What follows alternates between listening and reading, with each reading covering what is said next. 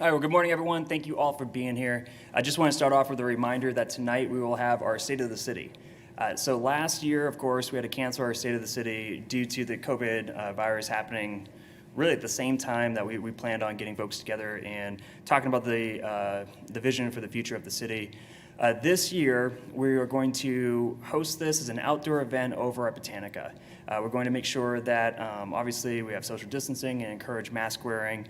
And our goal is to have a casual event where we can highlight some of the successes of the city over the last year and what we're looking forward to. I think that a lot of the, when you think of 2020, we think a lot about COVID. We think a lot about what our city went through and had to persevere through, but also we got a lot of stuff done and a lot of stuff accomplished. And this will be a moment and an opportunity for us to highlight that. So I hope that folks tune in. It's going to be, I'm pretty sure the press will cover it, but also we will have it on our social media outlets as well. So really look forward to that event and just bragging about how awesome our staff has handled a year like 2020 and what we were able to accomplish during that time. So now I'm going to welcome Denise from the Kansas African Americans Museum.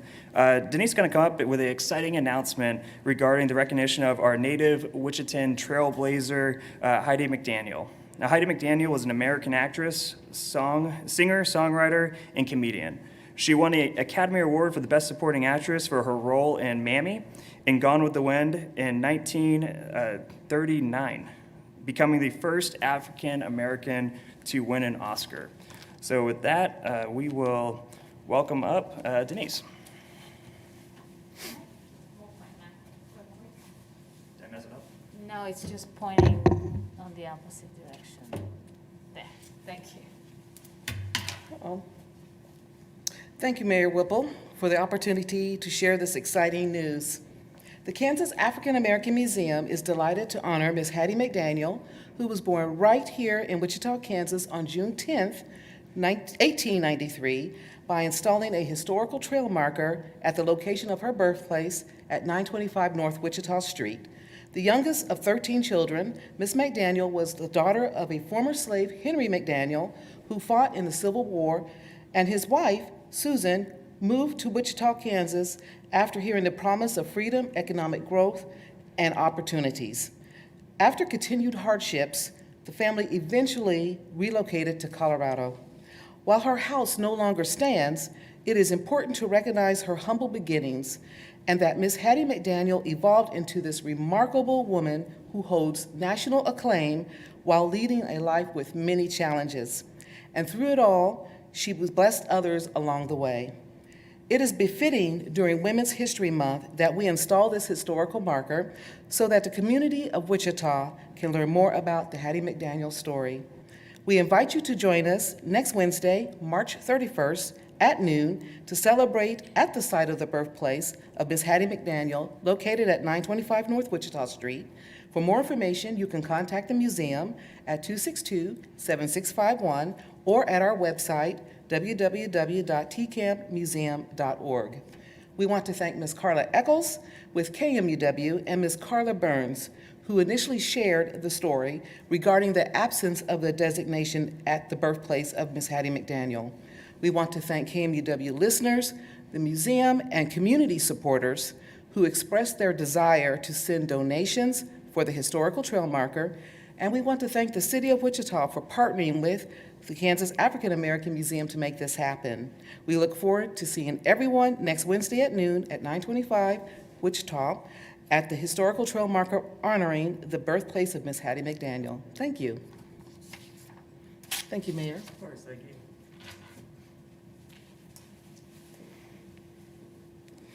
All right, the next thing I'm going to go over is just this past week I've had the opportunity to spend a few hours volunteering over at the Meals on Wheels organization. If you're looking for a cause to support, I'd encourage everyone to check out our senior service. I think it's Senior Service Incorporated. It is where our local Meals on Wheels program is administered. They are looking for volunteers and have an incredible program going on right now. Part of that program made it that even during COVID, they didn't miss a single meal. They revitalized the way that they produce, they cook the meals and they get them out to make sure it was safe. But folks who rely on the program still not only got a hot meal, but also got that wellness check and got that social interaction of folks showing up to the house willing to help them.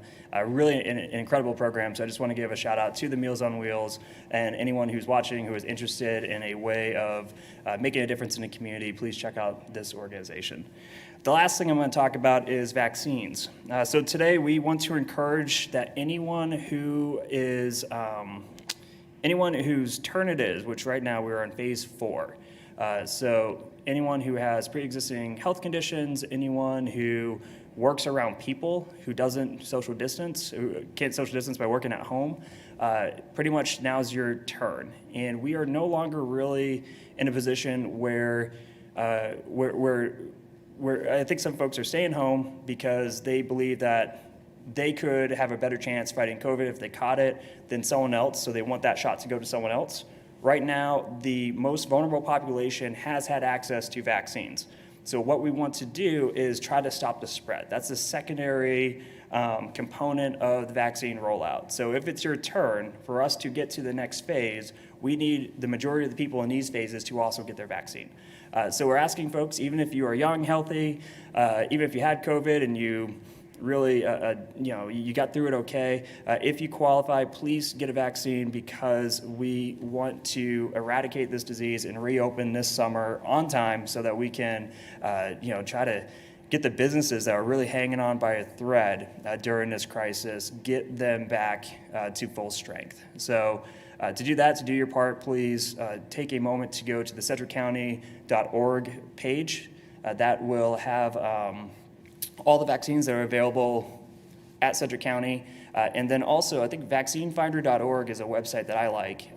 That will also utilize your zip code and a map of how far you are, how far you want to go out, but it'll tell you what pharmacies offer vaccines, and it will also tell you what opportunities are outside of our county. So remember, we have the largest county. Cedric County is the ones who gets to administer all these, so they're the ones that make the rules, but they might have different restrictions than, let's say, a county that's 20 miles south of us. Because they're a smaller population, they might have more vaccines than they need and be more willing to give a shot to someone who with less restrictions. So the goal is to get everyone vaccinated as soon as possible. I know that a lot of folks, if you watched the news yesterday, you would know that our Kansas legislature has stripped our county Board of Health / county commission being able to implement a local mask mandate. We have heard that the governor is attempting to issue a statewide mask mandate, but until we get to where we want to be, which is a place where everyone who wants a vaccine has an opportunity to get a vaccine. Until we get to that place, which might be 30 days to 60 days, we are encouraging everyone to wear masks. We are beating this thing. We have the numbers down into, I think yesterday was under 3%. 29 states or 27 states, we have seen an uptick in COVID. For us to get open on time, we need to make sure that we don't let up. Okay, this isn't it's down to 2%, so now we can stop using the behaviors that we had to use to get it down to 2%. So we still got to keep running forward, right? Because we haven't got to the goal, and the goal is to ensure that everyone who wants a vaccine to protect themselves has access to a vaccine so they can take control of their own lives by protecting themselves. And sadly, prematurely, according to all the scientists have any influence in our region, and according to our Dr. Menz, our medical professional who's responsible for making policy for our county. Unfortunately, the legislature has utilized their own thoughts and have stripped those powers away from our local authorities. And thus, we still would encourage people on their own to take these precautions so that we can get to the finish line on this and reopen. Questions? First one would just be, if the governor does enact a new order, would that still pose a lot of legal limitations that we're kind of seeing without that order in place? So what they did, and I'm not a lawyer, I just kind of pretend to be one at work, right? But my understanding, and I communicated with 3 different legislative friends last night and try to utilize some of those contacts I still have in the legislature to figure out what's going on. And my understanding is, was it Senate Bill 40? The rewrite is of the law is the section that has to do with managing a crisis. And remember in the beginning of this, they actually took the powers away from the governor and put those powers into the hands of the locals. And now they are taking the powers away from the locals, and I believe there is a way to interpret it where now they're returning some of those powers to the governor, which is incredible if that's what's going on, right? Because she kind of left that part out, like when we were talking about this. So their reading of it, or my understanding, which is a just surface level understanding, is that she will issue an executive order for a mask mandate on April 1st. Legislative leadership has said they're going to push against that. Now, it's just going to be interesting because what we're going to see is a fight in Topeka because it's a toxic political environment. But frankly, here in Wichita, we are doing better than every comparable city. We are protecting our people. We are coming together, working together to stomp out COVID, and we have to keep moving forward regardless of what the political games politicians in Topeka play. So if she is going to initiate a statewide mask mandate, and also the legislature is going to fight her on it, and they're going to do whatever they do to get Twitter followers in Topeka, we got to do what we got to do to save the lives of our neighbors and to make sure that our small businesses have a chance to reopen up. And that means, right now, asking for compliance for at least a month is what will probably take until we have enough vaccines for everyone who wants to get a vaccine so they have control over their own destiny with this. And then also ask to continue wearing them until those vaccines kick in. And if we do that, we can actually beat this thing and our kids can go back to school.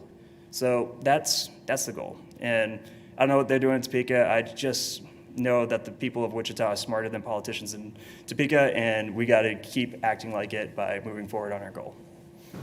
Yes, ma'am. My question is, what is the point of having a mandate if it's not being enforced? I mean, obviously I understand people would use the mask and protect themselves, but you go to Walmart, you go anywhere you go, there's people without a mask and it's not being enforced. My understanding is that neither the county nor the police department or the city is enforcing it. So it comes down to, is there really a point to having a mandate if it's not being enforced? So the interesting thing about COVID and public policy when it comes to COVID is that it's happening all over the world. So we have data, we have universities, we have professors who are looking at how policy is affecting behavior. And the folks who are breaking the law by not wearing a mask, they seem to stand out in our own minds through our own experience. However, when it turns to the policy, there's two folds. One is the majority of people are law-abiding citizens because they live a moral life. And that they'll wear the mask because they don't want to be seen as someone who is fighting against the law. The other one is our business leaders. My entire small business council wants a mandate because they don't want to be positioned where it's their waiters, waitresses, bartenders are now up against a angry customer and they live on tips and have to say, hey, you got to put your mask on, and that customer says, I don't have to. It's a lot easier for them to blame me and to blame City Hall and say, the rule is you got to have a mask on, because what we're seeing when you go from a mandate to a recommendation, it sends the signal that it's safe. And that's what we've seen. That's what the data shows. So it's not so much the enforcement, it's so much that it's a mandate because the people who are supposed to be responsible have initiated a mandate. They're the ones who are in the know, who have access to the data. But when you make it a recommendation, it's a lower bar, and every city that has gone from a mandate to a recommendation has seen a spike in COVID. So the evidence is just there. So I get the argument. I think it's a really good one. It's one that has been explored, and the data has shown us that this is a better way to handle it than this way. And does Wichita have a mandate now, given that the county revoked theirs and the state or the legislature revoked the municipalities? So as of right now, what empowers the counties are a subsidy of the state. They're empowered by the legislature. Cities actually predate the state, and we are empowered by the Kansas Constitution, which means that what gave the power to, if we go here with the mask mandate, they can no longer do. So Wichita is without a mask mandate at this moment. However, we can get to the same place if the city council so choose, like they did back in July, utilizing our own authority under the Kansas Constitution that's called home rule. So could the leaders in the city council get together and pass a mask mandate that would get us to that 45 days that we need to get to so everyone has access to a vaccine, and ensure that we still stay on that timetable to reopen on time, and to make sure that we don't go another year without our baseball stadium being empty or have hot spots that kill people? Could we do that? We technically could. At this moment, I can't call that meeting because I don't have the 4 votes combined total to make that happen. And I'm not going to call the meeting just to have a political show. So I've communicated with my colleagues that if we're going to do this, then let me know. I'll call the meeting. We'll do it. Right now, we have some folks who I think want to, at this moment, not committed to doing that. And I guess following up to that is, why are some of the reasons behind not kind of supporting this for the city? You'd have to ask them. Sorry, I would only be guessing, and that hurts relationships if I just were to guess their motives on this. They did not. It's just, it's better to ask them. But so far, the vice mayor has been committed to seeking input from the public, and the public overwhelmingly wants us to continue on the strategy that is working, the strategy that is pushing us towards beating COVID. That's better than any other comparable city, and they don't want us to follow the same mistakes that every city who has done this, given up too soon, has resulted in, which is a spike. We're on the right path. It's because of the people of Wichita, and I think that we have a opportunity as leaders to continue down that path. And Vice Mayor supports continuing down, even though it's a hard choice. I also do it. I need 2 more votes. My other last question would just be, do you worry about what backlash this will cause to those businesses? Not having a mask. So the data has shown that if you are a city without a mask mandate, people will travel to your city less. The data has shown that masks actually are an indication that your city takes this pandemic seriously, and it actually spurs more economic activity. When we talk about the economy, you have to also have faith that if you participate in the economy, you could do so safely. So our numbers going down, and then also, we see more economic activity when precautions are in place that actually help people who are who don't want to catch COVID. And at this point, until everyone gets a vaccine, we're all in that boat, right? Like, we don't want to catch COVID.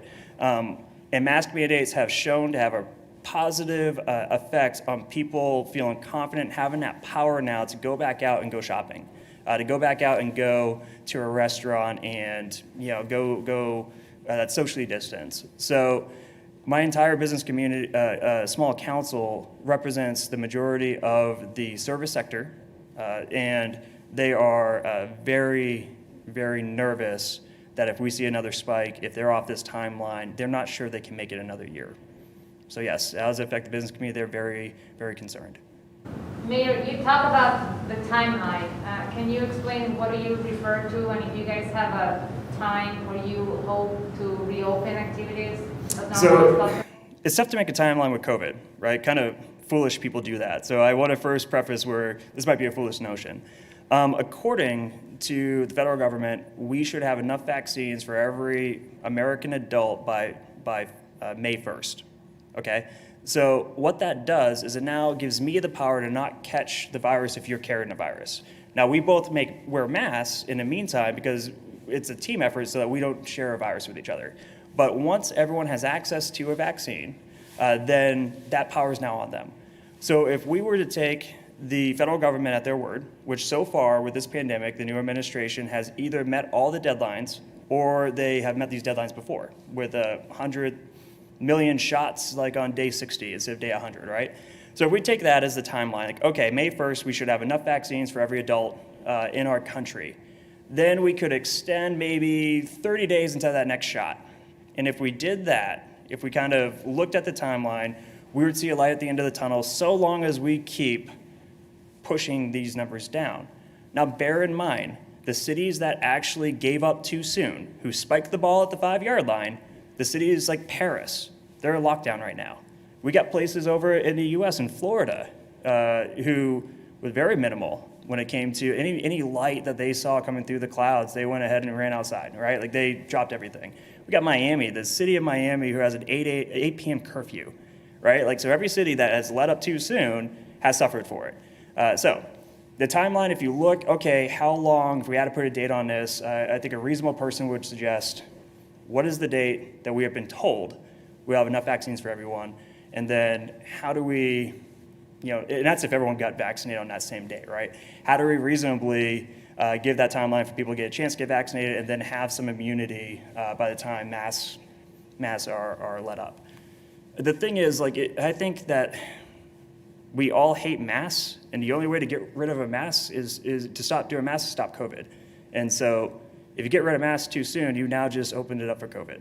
And so we want to make sure that we have less COVID spread.